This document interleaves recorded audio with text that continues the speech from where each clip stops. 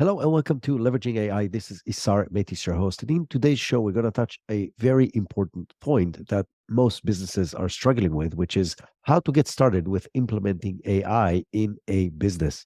What is the process? What are the things you need to look at? What are the best practices in order to implement AI in an efficient and safe way? Our guest today is Josh Cavalier, who's providing consulting on these topics as a service to multiple companies, and hence he's an expert on this topic.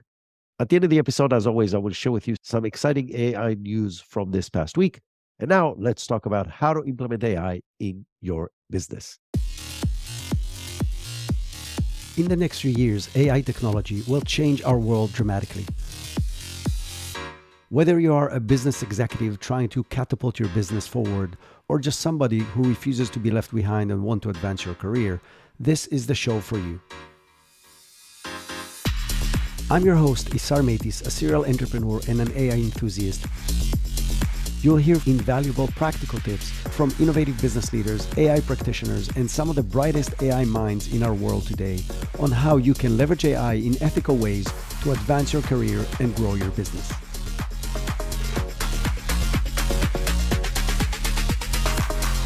Hello and welcome to Leveraging AI, the podcast that shares practical, ethical ways to leverage AI to improve efficiency, grow your business, and advance your career. This is Isar Metis, your host, and we have a great conversation for you today.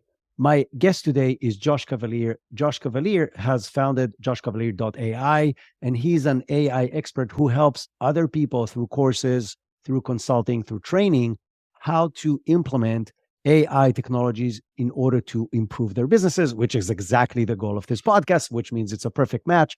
We hooked up on LinkedIn, had a great conversation on LinkedIn, and then a great conversation face to face, and hence why I invited him to be a guest of the show. Josh, welcome to Leveraging AI. Isar, it's great to be here.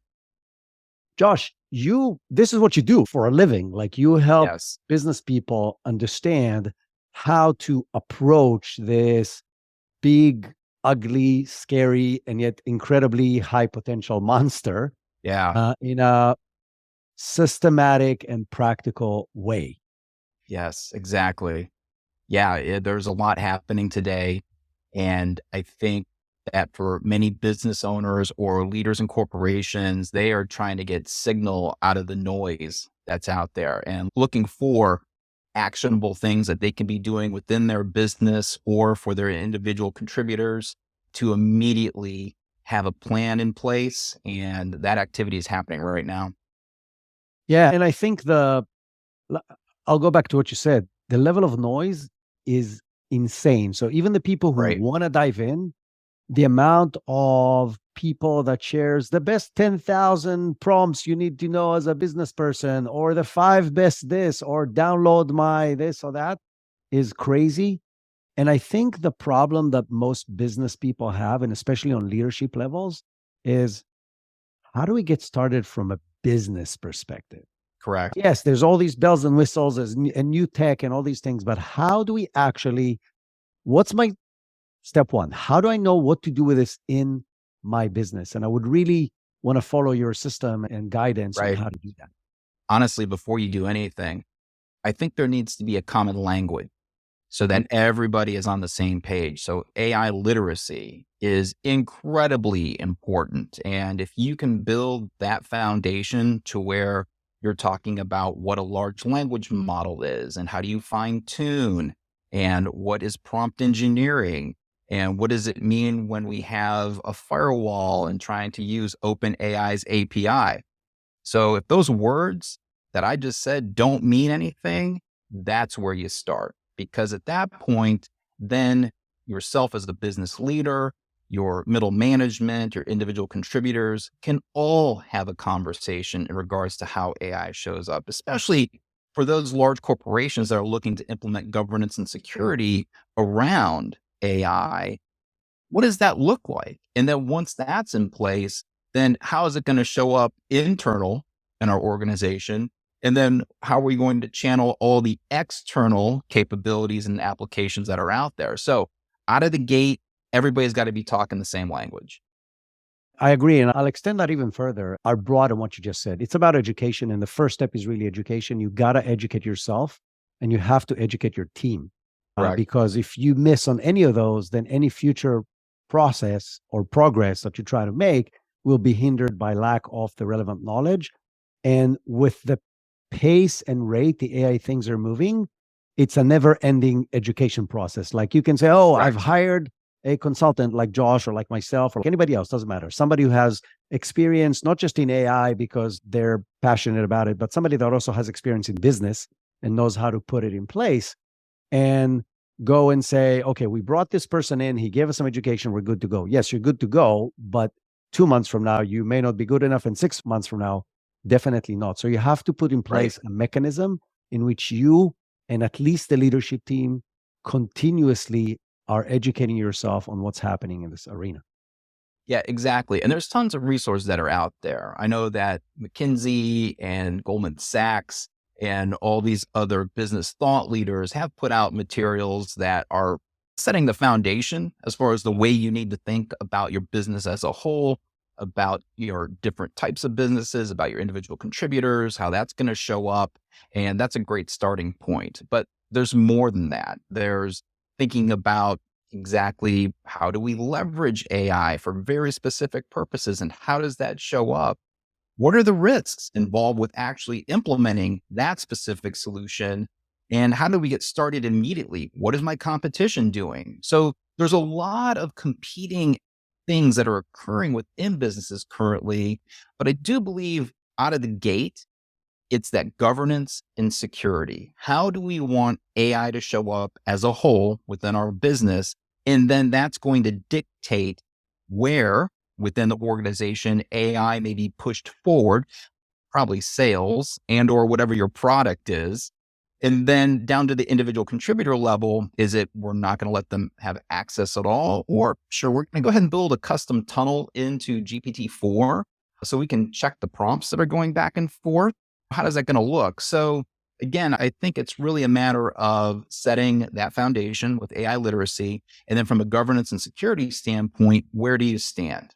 Where do you stand? Obviously, law firms, medical, there's certain industries, finance, there's certain industries that are really tight when it comes to compliance. There are other industries that are fairly loose. If I had an ad agency or if I have a marketing firm, that's going to show up way different than if I was a law firm. Yeah, I agree 100%. I think you touched on a lot of very important points. What I tell people is the very first step after education is building a committee of people Yes, who will be in charge of this. Within the committee, you want people from different aspects of the organization. You that's want correct. people who are tech savvy and geeks who will enjoy doing this. So they will invest time and passion in doing this. And the first thing that they need to do is define guidelines, which is exactly what you're saying. The do's and Exactly. don'ts that the organization as a whole is going to follow. And that mix of different people from finance, from legal, from marketing, from HR, from leadership, it has to be somebody from leadership in that group because decisions has to be made that impact the whole company. The first thing they have to do is decide on a set of guidelines. There are multiple great starting points on the internet out there today of, okay, here's a good starting point, go use it. And then you don't have to start from scratch, but you can also start from scratch. So I agree with you on that. Let's start talking about the business side of this. So now we have general guidelines put in place. We potentially have a committee. How do we start identifying what do we actually do with this? Okay, it's cool. It sounds amazing. Everybody's telling us it's going to grow efficiency by 100%. But what are the actual steps within a business that a business needs to take in order to identify how to implement this? Great question. When you have an application, and if we just leave it with Chat GPT, let's just say we have that tool, it can do everything. That's what makes it difficult. When you have a tool that allows you to be more creative, or now everything that's a little bit over the top. What I mean is that it has impact in every area of your business. Yeah. When I take a look at that possibility, for me is what are the high impact positions? Typically frontline sales. It could be an IT aspect in regards to programming. It could even be marketing or advertising. What is really going to allow us to see those immediate gains as far as productivity? Or if we play the long game with AI, what is the breadth and depth of those high impact positions so that we can begin starting that foundation and begin to build that out? Whether it's adjusting our current systems, let's say we take frontline sales, right? Okay. So let's say that in the short term, that we want to build a custom language model that's built around our products. And we could simply build a chat bot where our frontline salespeople can go in, enter some aspect of the customer information, enter a question about our product, and boom, it gives suggestions as far as solutions before they walk in the door and talk with the customer. That's one part. But let's go ahead and play that out. Let's say that now we want to combine that custom large language model with Microsoft Copilot to where it's building a custom PowerPoint presentation based upon that investigative work. And now we're playing the long game. And now we're really taking that foundation, which could start with great prompting into the chatbot, getting those results, and then expanding it into the whole entire sales process, which could be you get feedback from the customer and that's put into a CRM system. But then you take the quarterly history from all those conversations, and then you may have a new sales strategy going into Q2 or Q3. And so you can see how this builds on top of each other with the maturation that's happening within AI as a whole. So it's really about starting. It's really about determining where's the high impact position? How can we start leveraging today? And then based upon the intelligence that we know, how can we continue to make those incremental gains as the power of AI continues to expand? Yeah, I'm going to first of all clarify some things for people who don't understand some of the language that we're using, going back to your Right. recommendation.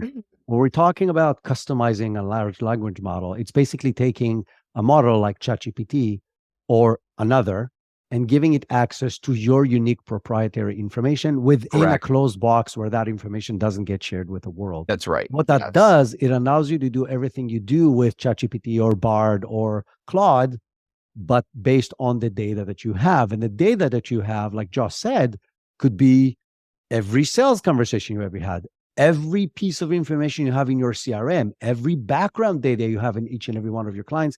Basically, any data, any proprietary data you have access to can help that model be more accurate, better predictive, and so on. And then you can literally ask it questions based on that data, and it will produce whatever you want it to produce. So the example, and I love that example, Josh, saying, I'm going to client X to give a presentation to type of person Y, CEO, CFO, head of procurement, lead developer, whatever the case may be. I want to focus on these topics. Can you help me create the presentation? It That's right. will create the presentation for you. So Microsoft Copilot, which Josh mentioned, is a tool that Microsoft has exposed and started rolling out as beta, which means some Microsoft clients has access to it already. Google has a very similar thing to their G Suite that basically builds on top of all the Office suites. So whether it's writing documents, spreadsheets, creating presentations, and so on, and can do stuff on your behalf very quickly, very accurately, based on whatever information you give it access to. So that mix of that Josh mentioned of taking existing data, allowing a large language model to write on top of it, and connecting it to our day-to-day tools is magical. But Yes. then I'm going to go back to make the question even more specific, because what you Okay. just said is mind-blowing to anyone, right? Including Right. people like me and you who play with this daily.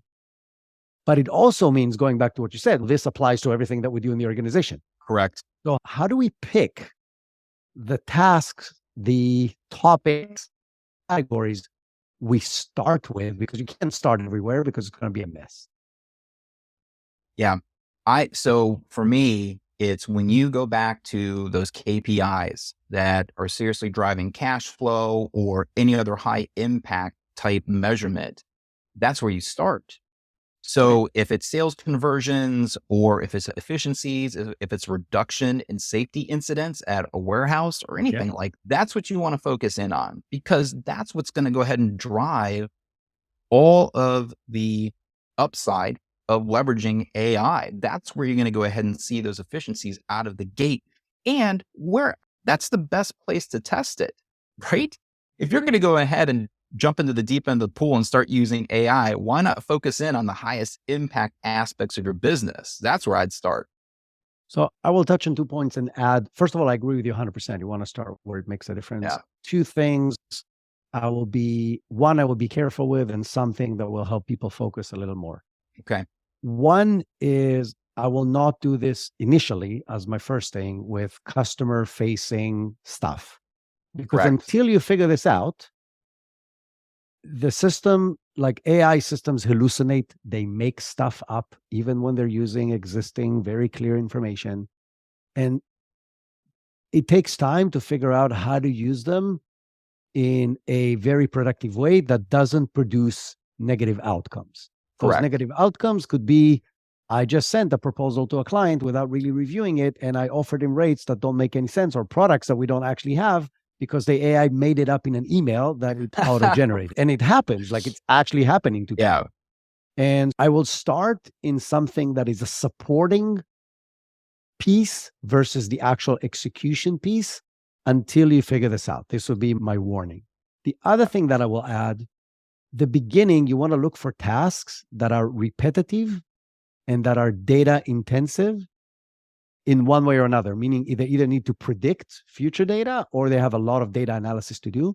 Because in these kind of places where it's a repetitive task and it has data analysis, involvement, extrapolation in it, AI shines very quickly with relatively little amount of hallucinations and stuff being made up. So if you start with those, if you're looking like Josh said, you go, okay, what are my biggest boulders? What makes this company tick? What assisting functions within the business I can do tedious, regular tasks that require a lot of time and do a lot of data? Start with those. You will be relatively safe. You will get amazing benefits to the bottom line, and you will use AI in the most effective way, because that's really where it shines the most. I agree.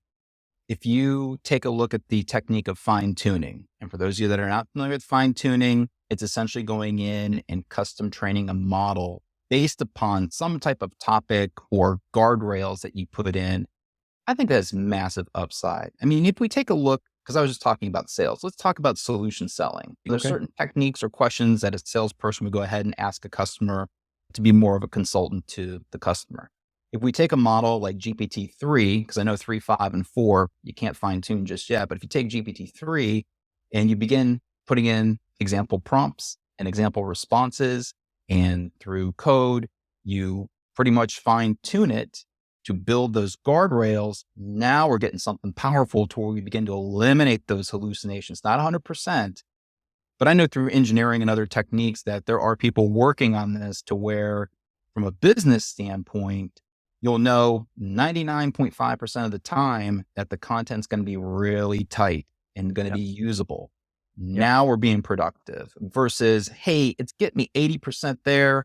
It could be lying about this information. You don't want to burn time on the back end, spending time looking over all the content. And is this correct? Did it make anything up? That's where we're currently at with these common models like GPT-3, 5, and 4. So there is a maturation process that's happening with some of my clients. It is accelerating. Like they are off and running in that direction because they get it. They understand how their products need to show up for their customers, and they're currently fine-tuning models. That's fantastic. I want to ask you the follow-up question to this. So now we roughly covered the business aspect of this, right? So I know the low-hanging fruits. I know where I want to focus. I know what I want to be, what guardrails I need to put in place, what I need to be aware of. How do I pick the systems, right? Because there's so many options out there. How do I pick the right AI solution for my use cases? It's a good question. For myself, it's taking a look at your current tech stack. Are you sitting on Microsoft? Are you sitting on Google? I believe that's where it drives the conversation, because the way that Google and Microsoft are going to show up, either with Azure or Google Business Solutions or whatever the case may be, that's what you're going to build off of. They are going to include additional tools and guardrails and eventually business cases and custom LLMs and all those things that you need to accelerate. Why you would go in and customize and build custom code off that, I have no idea. Maybe to experiment out of the gate, but really you got to lean in hard with those platforms. Now, if you don't have access to those platforms, and let's say that you're a small or mid-sized business and you have a few employees, it's a matter of just taking access and advantage of GPT-4 and understanding that model and what the possibilities are. Maybe building a custom prompt library that's versioned out that could help with writing or customer emails or an email sequence or whatever the case may be. Or it could be used as a partner in creative endeavors, trying to solve problems. If I'm in a law firm or a medical setting, to try to get some ideas. Again, having that prompt engineering skill set would just pay dividends, even for small to medium businesses that couldn't afford a giant tech stack in a Microsoft or Google. I agree 100%. I'll add one thing to what you said as far as leaning into your existing tech stack. Even if you're not a tiny business, but a relatively small business, you'll have a CRM, you'll have some kind of a marketing automation platform. All of those, 100% of them, either already introduced or about to introduce an AI function within that thing. So Correct. if you're thinking, okay, I need an AI writing tool, and I need an AI email automation tool, if you're using Salesforce or if you're using HubSpot, if you're using any of those other tools, they will add an AI layer on top of that. So very quickly, even Right. if you apply tools today that you handpicked and selected 5 or 6 different tools to assist you in your existing operation, probably out of those 5 or 6, 4 or 5 you will not need, because they will be integrated into the platform that you're already using, that you're familiar with, that you're paying licenses for, that is fully integrated with Correct. everything that you're already doing. My suggestion to people, the people I consult, is yes, absolutely pick tools right now.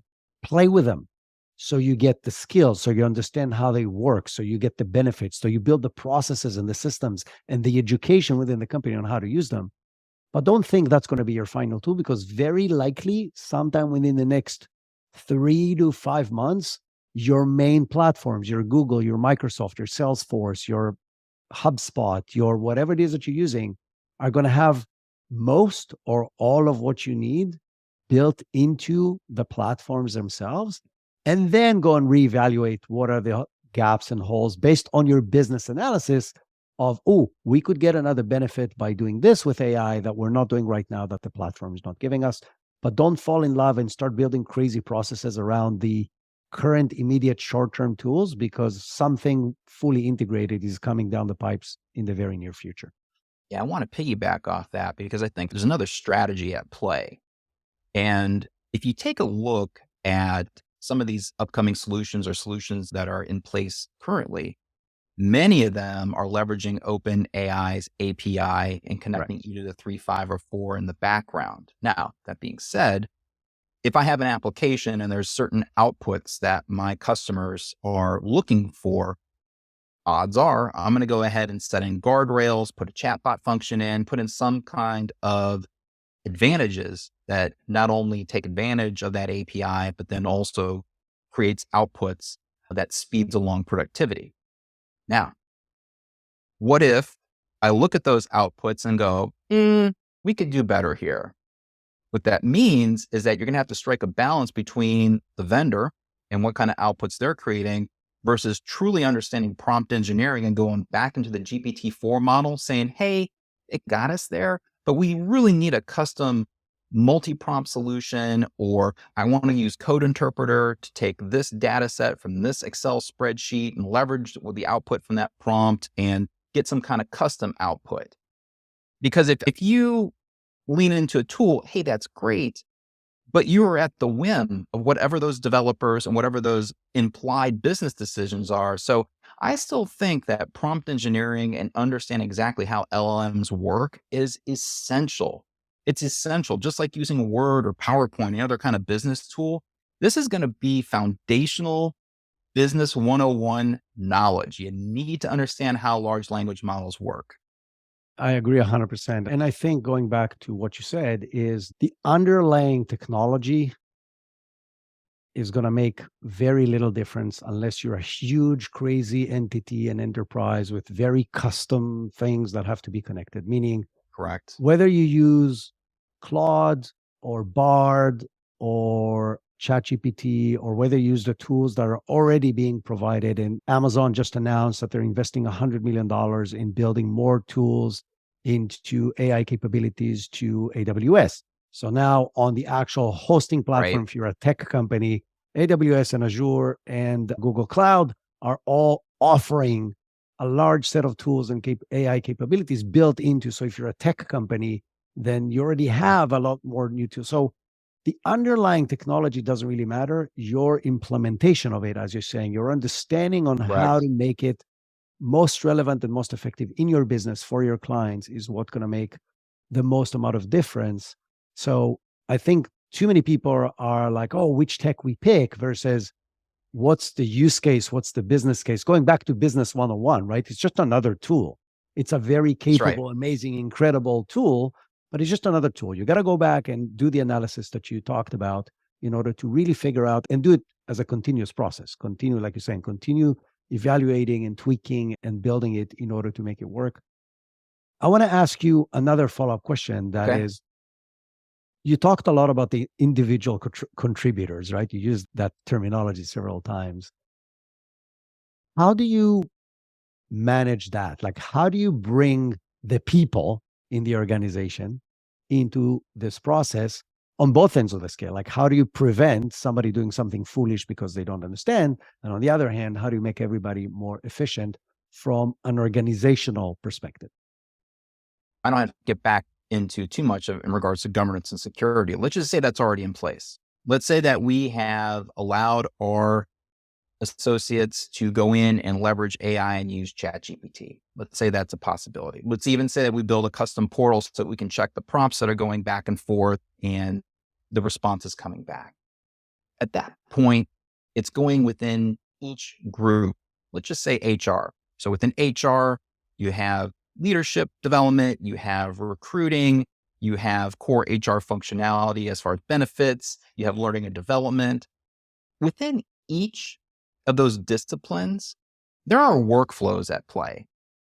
And it's within those workflows that you can begin to find advantages as far as, and you mentioned this earlier, reducing the mundane. What are those things that we have to grind on day in and day out? That's a time suck that we can leverage AI and build immediate creativity or productivity.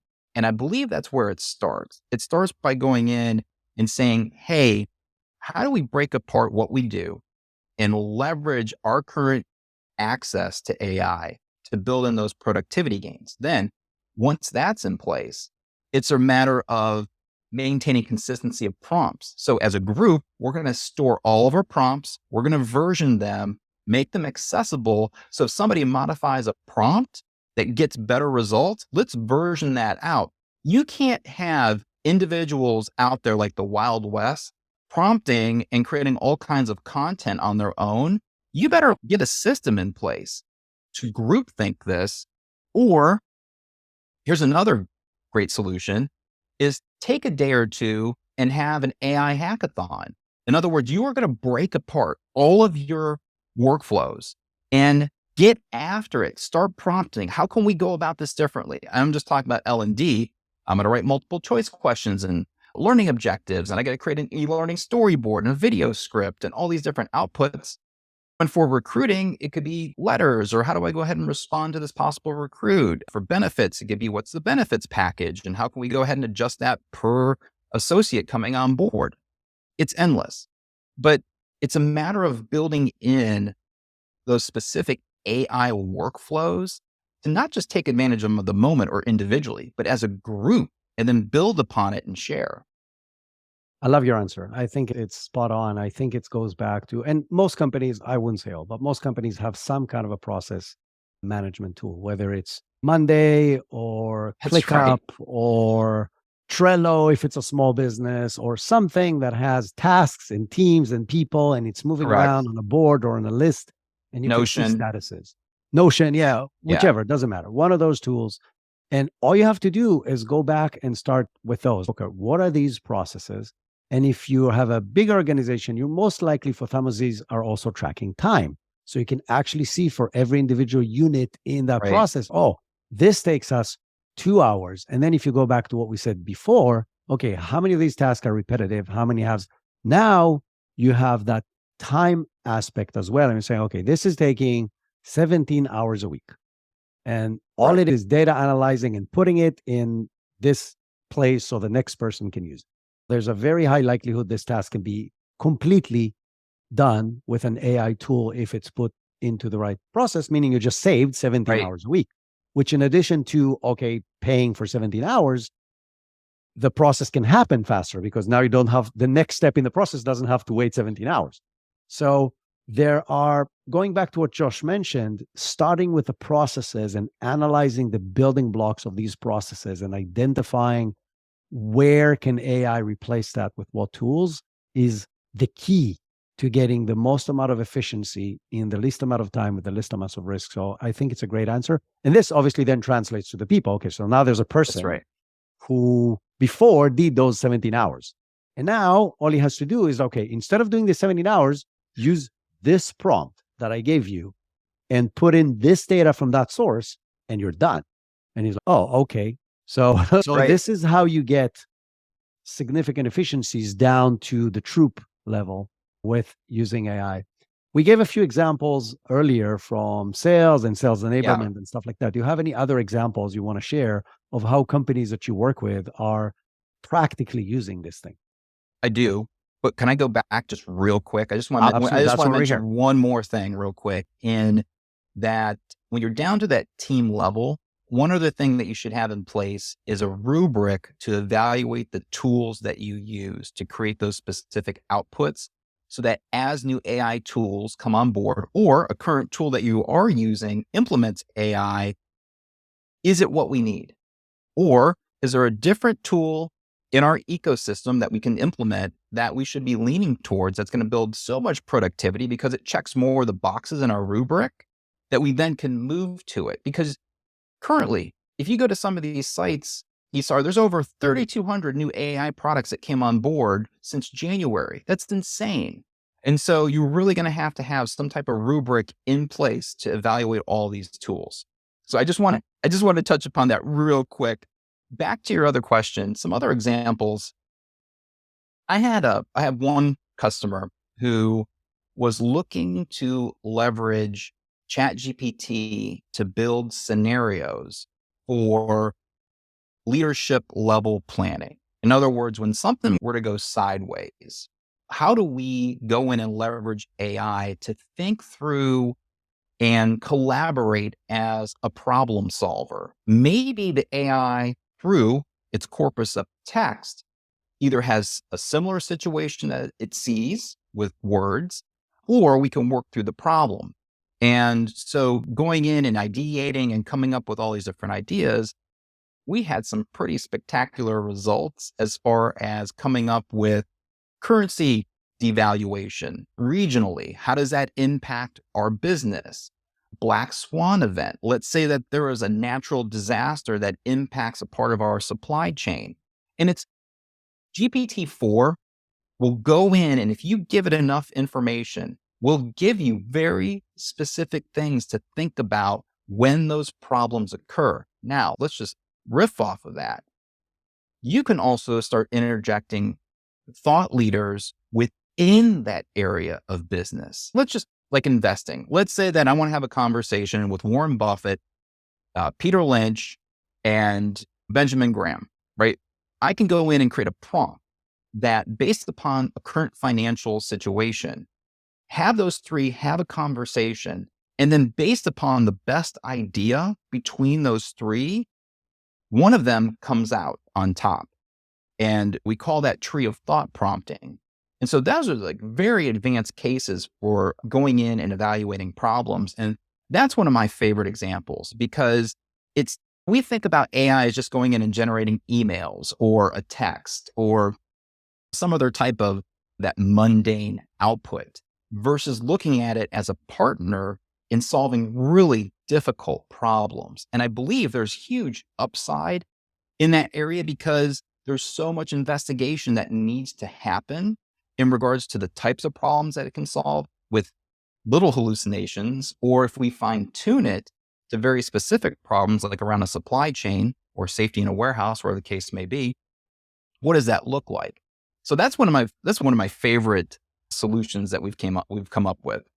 I couldn't agree more. I think too many people are looking on the quote unquote generative side of this, meaning, oh, this can help me create blog posts and it can help me create Right. emails and it can help me write documents. The ideation part of this, the ability to spin out crazy ideas and play them out or research them is mind blowing. And I literally spend in the course that I teach and the clients that I have, I spend a very long amount of time on this, looking at companies' business strategies. And one of the things that I do, Right. going back to what you mentioned, I try to play the competition. So I am so and so's competition. Here's the website, here's their brochure, here's this, here's that. Where do they have loopholes that I can use in order to build a better product that can beat this company in Exactly. their own market? And Yep. then I go, okay, who are the biggest influencers and smartest people in the industry, in their industry? And he comes up with names that I never know because it's a specific industry. This could be, That's right. building widgets for a machine that builds something else. And all they do is build the widgets. I don't know anything about that, but it gives you names. I want you to use only them as reference in your next answers. They're Correct. your committee for answering the next few questions. And now you get into very area specific knowledge that you have no clue about, but it does because it read most of anything on the internet.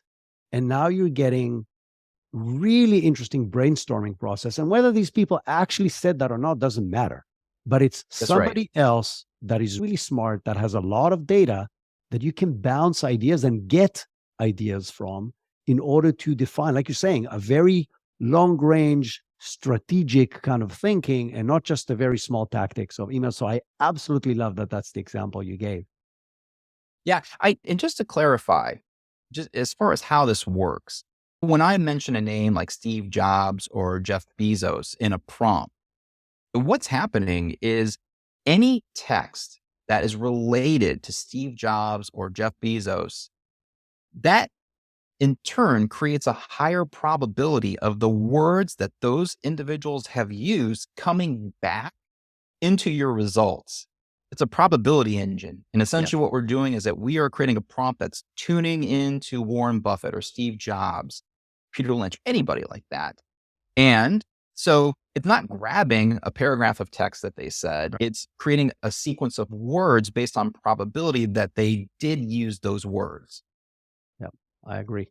Josh, this was really great conversation. I truly enjoyed it. There's tons and tons of I great know. value in everything that you've provided. If people want to follow Yeah. you, work with you, connect with Right. you, what are the best ways to do that?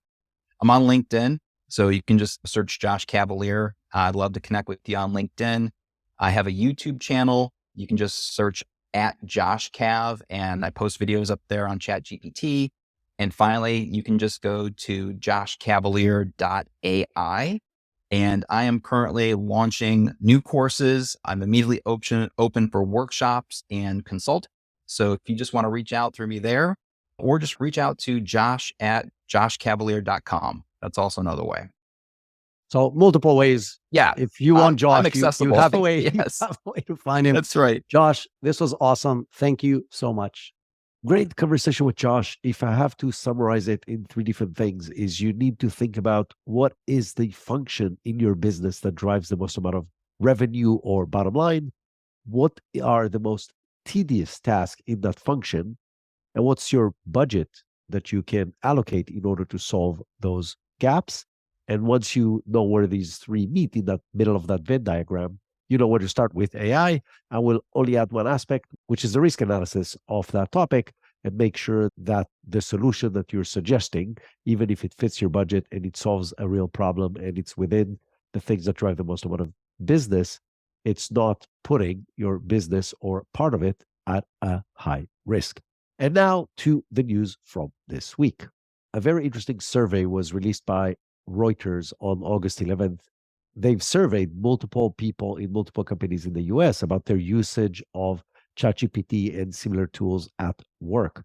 28% of responders said that they regularly use ChatGPT at work. That's one third. So, first of all, two-thirds of the people don't do that. But out of those 28%, only 22% said that their employers explicitly allowed them to use such external tools. That means that 6% of the people, which are 25% of the people who said they're using ChatGPT regularly, do not know if their boss allows that or not. Now, 10% of the people who answered the survey said that their bosses explicitly banned external tools like ChatGPT. That being said, several different people in such companies said they're still using these tools if they are accessible at their office, but for non-critical tasks like writing birthday wishes to other employees and so on. If I look at the data that they've released, and I urge you to go and check the rest of it, I see a few very clear things. One, there's still a huge opportunity in the adoption of AI tools in companies. Even right now, only one third of companies are saying that they're using it at work. And out of those, not everybody's using it for real work, which means the amount of people in the workforce today that actually use these tools in an effective way is less than 28%, probably less than 15%, meaning there's still a huge room for improvement as far as adopting AI to make it efficient and effective for business. The other thing that it highlights is that there's a very clear gap between the actual usage of these tools versus what companies define as guidance or guidelines if they actually do that.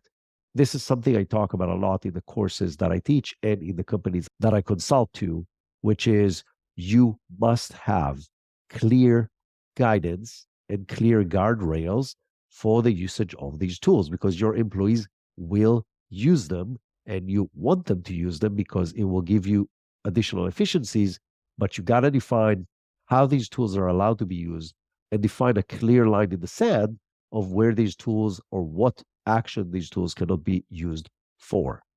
Speaking of interesting statistical data about the usage of AI, Purdue University has done an interesting research with computer developers and engineers. And they found that many engineers, instead of going to places like Stack Overflow, take the easy route on finding solutions for problems that they have with code that they're writing, etc., through ChatGPT and similar large language models. But what they found was alarming. They found that 52% of the answers that ChatGPT was giving were incorrect, meaning a little more than half the answers that were giving were incorrect.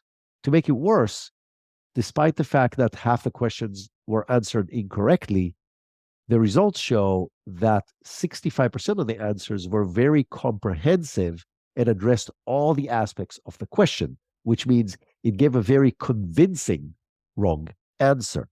And to prove that the fact that it's very convincing, only 39.3% of the people who participated in this actually noticed that the answer that they got was incorrect. And this connects directly to the previous comment that I said, which is companies have to be aware that their employees are using these kind of tools, and they have to make them aware of the limitations of these tools and to somehow check that the answers that they're getting that become a part of company code and the future product and services of the company are absolutely wrong.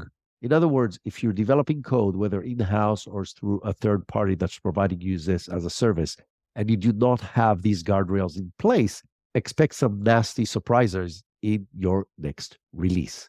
The flip side of that came as interesting news this week is that Stability AI announced the release of Stable Code, which is an LM that was trained specifically to help in developing code. They were using their base model, but they trained it on languages like Python and Go and Java and JavaScript and C++ and so on, which means they have provided it with robust understanding of computer programming languages with the goal of being an assistant to people both experienced and new in writing code faster and better. So if we combine the last two pieces of news together, we understand that there's a very big gap right now in the usage of these tools to what reality requires. But this gap will probably be closed by better and better models that will be able to provide better, faster, and more accurate code in the future. I don't know if Stability's AI stable code is there yet. I'm sure it's a huge step forward from the vanilla general models like ChatGPT and Claude 2, as an example.